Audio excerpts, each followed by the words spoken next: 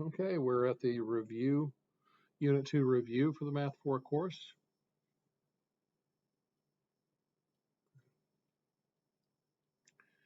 The first one is to graph the piecewise function, then evaluate f6, and then determine if it's continuous or not. So we will start with the first piece of it, this piece, in which negative x plus 2, now that's a linear equation. That's going to start where where y is 2. And it has a slope of -1, which means down 1 over 1, down 1 over 1. But it's all the way up to where x is less than 1, which means that dot right there is actually going to become an open circle.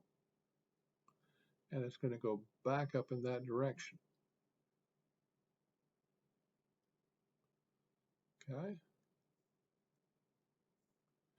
Now, we need this guy. That is not what I wanted. Come on, behave yourself. There we go. All right. Y is 2 in every case from where x is 1 to 5. So y is 2 is going to be here, and we're starting from 1 with a solid dot. And we're going to 5, 2, 3, 4, 5 with an open circle. And we are connecting the two. And so that is what that graph is going to look like. And then we'll get to the last one. 1/2 x plus 1, that means I'm starting at 1, and I'm going up 1 over 2, up 1 over 2, up 1 over 2.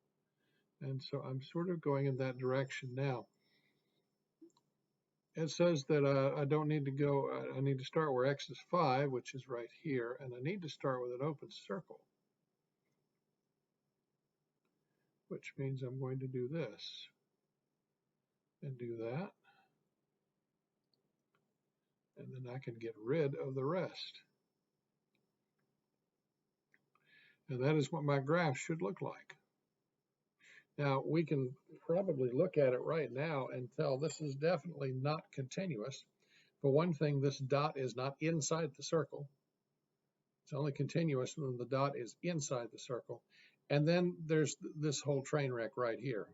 If somebody told me to evaluate f equals 5, the answer would be there is no answer. It does not exist. So anyway, this is definitely not continuous. Now, evaluating f of 6. So I'm going to go with the last line, because that's everything above 5. And I'm going to plug in a 6 where x is. That is 3 plus 1, which is 4. Okay. Now this one, we go the other way. We are given the graph, and we get to write the equation with it.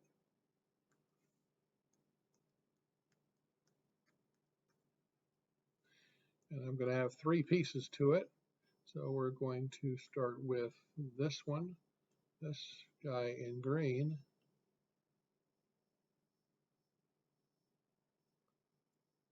And the thing is that this is pretty much the standard curve for a parabola. I mean, if the origin were at the center of the origin, or the vertex of the thing, then I'd be going over 1, up 1. I'd be going over 2, up 4. Yeah, this fits the pattern. There's no flip to it. There's no stretch or flatten to it. It's just x squared. Just x squared. And it's for everything 1 and below. Okay. So then we move on to this little guy right here. And that is a constant where y is 3. And we are going from an open circle at 1 to a closed circle at 2.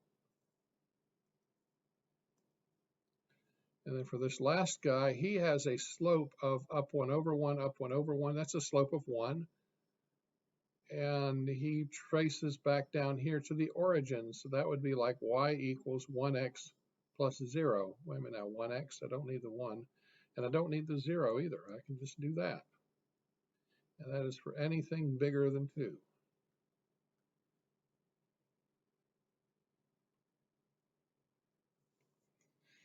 And that's that. That was actually a fairly simple piecewise function put together. Just looked uglier as a graph than it did on paper. Now, we have a different kind of piecewise.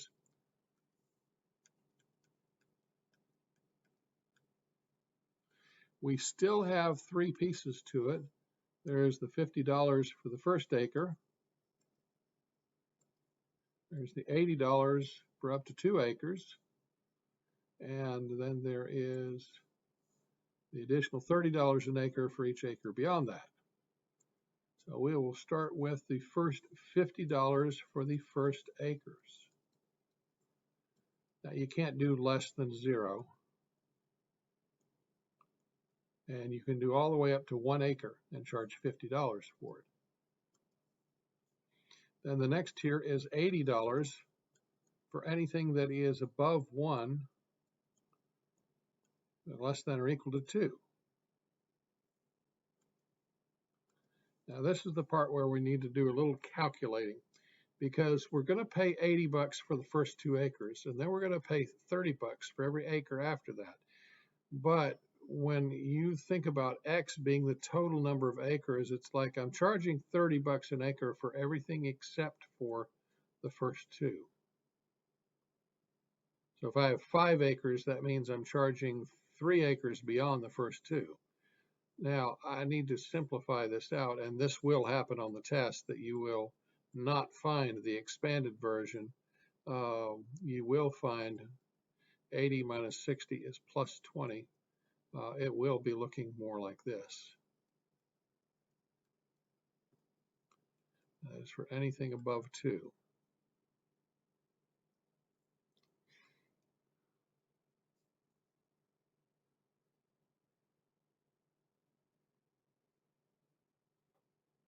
Okay. Endpoint behavior. We need to know what kind of an exponent can we expect here. Now, if I multiply these, an x to the 1 times an x to the 3 times an x squared, I'm going to get an x to the 6th as my leading term. And that negative 1 out front guarantees that it's going to be a negative x to the 6th. Now, I know that my coefficient is negative. I know that my exponent is even. That means that my graph is going to do that. So I need to say if x approaches negative infinity, then y is going down. And as x approaches positive infinity, y is still going down. And remember that you have 4 options with this: even and positive, odd and positive, odd and negative. So those are your 4 possibilities on endpoint behavior like that.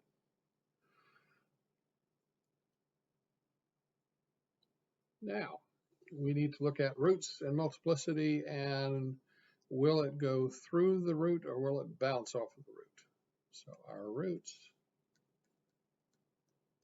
are going to be -2 and +3 and +5. And our multiplicity is going to be 1 and 3 and 2. And because of these multiplicity, the odd ones will be going through,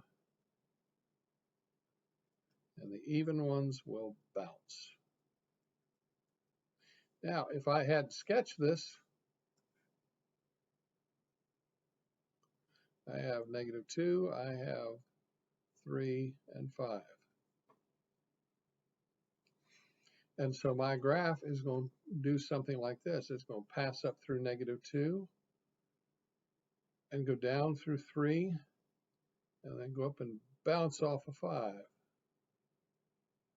And so in the end, both endpoints are pointing down, which is what I knew it was going to happen. But the multiplicity tells me what kind of roots that I'm playing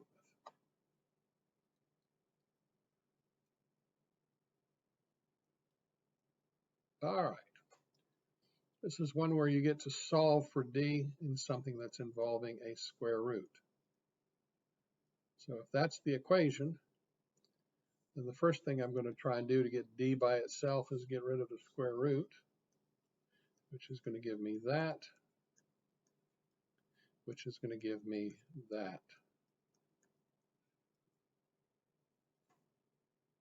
And when they say solve for d, just get d by itself.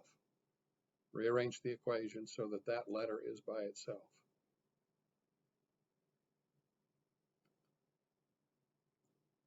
All right, find the domain. Now, by the time that we have flipped it, that negative says that we are going to flip it on the x-axis, which means instead of going up, it's going to go down this way. And instead of, normally we would say that looks like 2 to the right, we're going to go 2 to the left. So you're going to wind up with something like that for a graph. Now, just to see that we're looking in the right direction, that it shouldn't actually be over here at positive 2, let's plug in negative 2. If I say negative 2, I get a 0 inside. Square root of 0 is 0. Negative 0, it's still 0. So yeah, this is going to work, which means that my domain is going to be from negative 2 all the way up to positive infinity.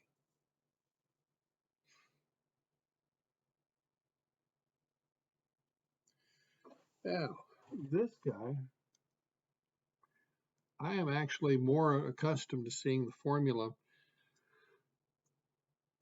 surface area equals pi times the radius times L, or the slant height. They put this square root of r squared plus h squared in the place of the slant height. So it really is the same formula, but it just involves a little bit more brain work on our part.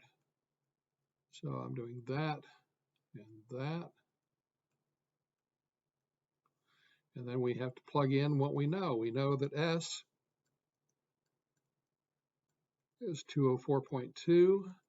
We know that the radius is 5, which means I have a 5 squared there and an h squared there. So we solve. Our first step would probably be to divide both sides by 5 pi.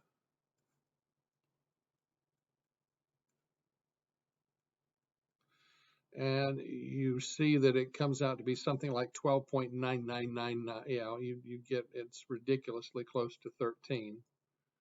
And you still have that. Well, let's rewrite the 5 squared as that. Now, at this point, we've got the square root by itself on one side of the equation, so we can square both sides. And we get 169 equals 25 plus h squared. I subtract 25, I get 144 equals h squared, which means that 12 equals h. So my height is 12. As a matter of fact, they did say do it to the nearest hundredth. So I guess I should say 12.00.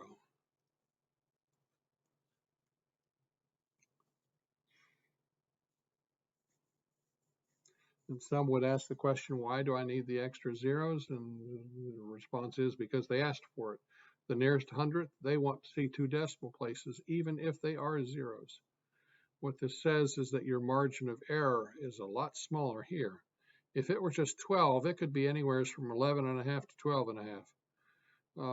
But here you're talking about within thousandths of that number is your margin of error. So, all right. Now, asymptotes.